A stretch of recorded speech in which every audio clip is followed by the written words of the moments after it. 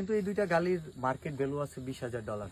But 6 মাস ধরে যে ছেলেটাকে দিনের পর দিন টাউট বাটপাট দালাল কচ্ছপ হোয়াটসঅ্যাপ হটপট বলা হয়, সে যে মাদারগঞ্জবাসী তারা মনে করছে গাড়িটা আমি তাকে দিয়েছি। আমি প্রথমে মাদারগঞ্জবাসীর কাছে আন্তরিকভাবে দুঃখিত এবং ক্ষমা চাচ্ছি যে মাদারগঞ্জবাসী তারা মনে করছে গাড়িটা আমি তাকে দিয়েছি। আসলে এই মানচিত্রকে আমি অনেক ভালোবাসি। কোনো মানুষকেই গালি দেওয়ার অধিকার আমার নাই। যদি কোনো জায়গা হয় সেখানে অনেক মানুষের বসবাস, এতগুলো মানুষকে গালি দেওয়ার মতো যোগ্যতা বা উচিত কোনোটাই নাই। তো আমি গালিটা কাদের দিলাম? গালিটা ছিল একটা লজিক, যেমন আপনি যদি 20 তলা থেকে লাফ দেন আপনি মারা যাবেন। এখন কেউ যদি মনে করে তো আমি মারা যাবো, ও কেমনে জানলো? ও বলার কি? ওইটা তো বলতে পারে না। লজিকটা হচ্ছে আপনি 20 তলা থেকে লাফ দিলে স্বভাবতই আপনি মারা যাবেন, কারণ নিচে যেখানে পড়বেন সেখানে জাজিম বিছানো থাকবে না, তাই তো? আমি একটা জায়গায় বললাম যে একটু আমাকে সময় দেন, যেটা আমি আসি, কিন্তু তারপরে ওই জায়গাটা ক্রস করলো, অতিক্রম করলো। দেন আমি দেখতেছি একটা জিনিস, কেউ তো চায় না যে একটা গালি তার নিজের ঘাড়ে নিতে। বললাম আমি 10 মিনিটের জন্য এখানে যাচ্ছি, যারা আসবেন তারা ওই গালিটা তাদেরকে দিই বা তাদের জন্য। তো কিছু মানুষ স্বভাবতই বুঝলো যে ওখানে গেলে তাইলে আমি তো এটা না, তো তারা সুন্দর করে দাঁড়ায় রইল। তারপরেও কিছু মানুষ গেল, কেন গেল? তারা গালিটাকে গালি মনে করে নাই, কিন্তু সমস্যা তাদের হইলো না। তারপরে আমরা আসলাম, তাদের সাথে কথা বললাম, মত বিনিময় করলাম, আমি আমার আইডিয়া শেয়ার করলাম কন্টেন্টে, কেন আসছে, কেন এত উৎসুক সেটাও বললাম। তারা বুঝলো, কিন্তু সমস্যাটা কাদের হইলো? সমস্যাটা হচ্ছে এই অনুপ্রেরণার কারণে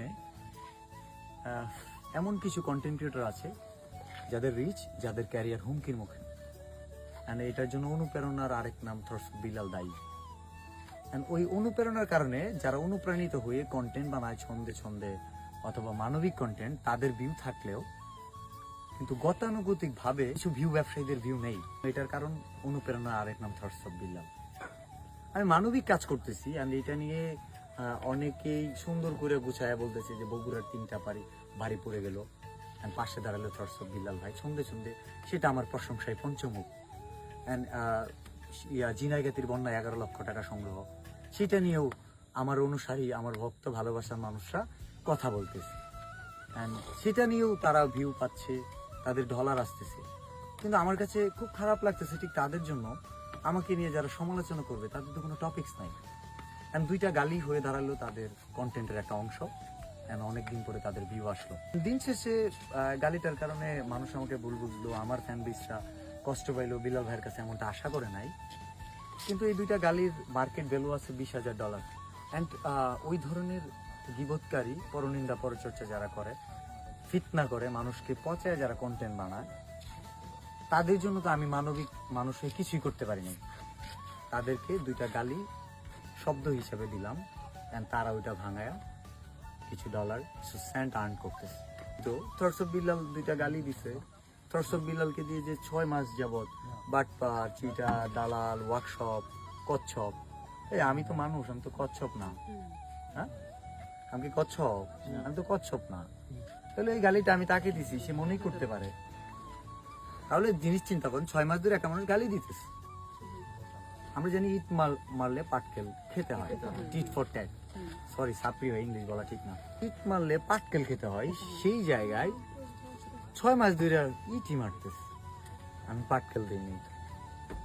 অনেকে বলতে পারে আমি পাটকেল দেওয়ার কে? কন্টেন্টটা আবার বলি, কিছু অপমানের প্রতিশোধ নিতে চাই না জীবনে, সময় দিবে যোগ্য জবাব, এটাই রীতি ভুবনে।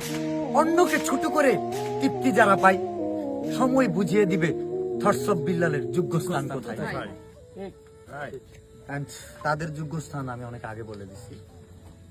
খুব খারাপ লাগে বিলালের ব্যবহার। কয়টা মানুষ বলতে পারবেন যে একজন হোটেলে গিয়ে একজন মেসিয়ার সাথে ভালো ব্যবহার করেন? কয়টা মানুষ বলতে পারবেন?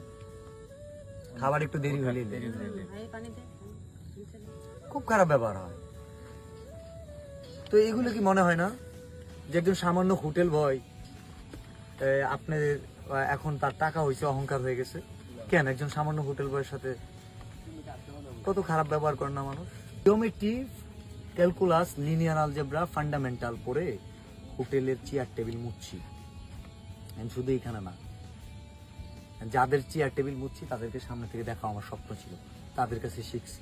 আমার উদ্দেশ্য কি, গালি অপ্রীতিকর শব্দ মোটেও কাম্য নয়, বাট 6 মাস ধরে যে ছেলেটাকে দিনের পর দিন টাউট, বাটপাট, দালাল, কচ্ছপ, হোয়াটসঅ্যাপ, হটপট বলা হয়, সে 2টা গালি দিছে, নিতে পারে না। This is call stress tolerance. অসহনীয় পরিস্থিতিতে কিভাবে নিজেকে সহনশীল রাখা যায়।